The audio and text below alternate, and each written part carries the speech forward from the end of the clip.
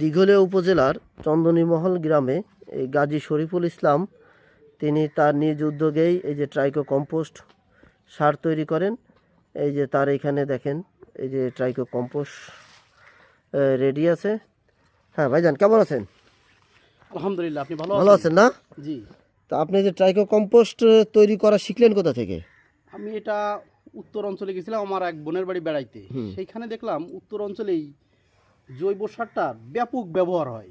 আমাদের এখানে তো মানে খুলনা অঞ্চলে এত ব্যবহার নাই জৈব সারের।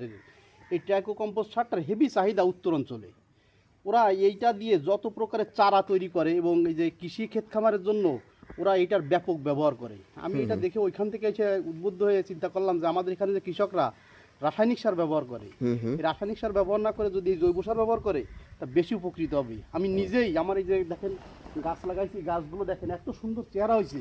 এই পিছনে দেখেন এই গাছগুলা মানে এই সার দিয়ে আমি যে গাছগুলো রোপণ করছি সবগুলো অনেক সুন্দর হয়েছে এবং যে জায়গায় চারা দিছি সেই চারাগুলো অনেক সুন্দর সুন্দর হয়েছে না?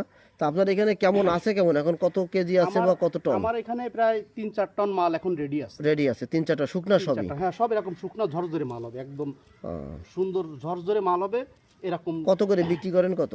আমি এমনি খুচরা আমার দোকানে এখান থেকেই মানে যারা এই মালগুলো চিনে তারা 20 টাকা করে কেজি কিনে নিয়ে যাচ্ছে আমার কাছ থেকে খুচরা। আর যদি কেউ পাইকারি নেয় ঠিক আছে 15 টাকা করে কেজি বিক্রি করে দিই বস্তা হিসাবে। জি, আচ্ছা, ধন্যবাদ ভাইকে।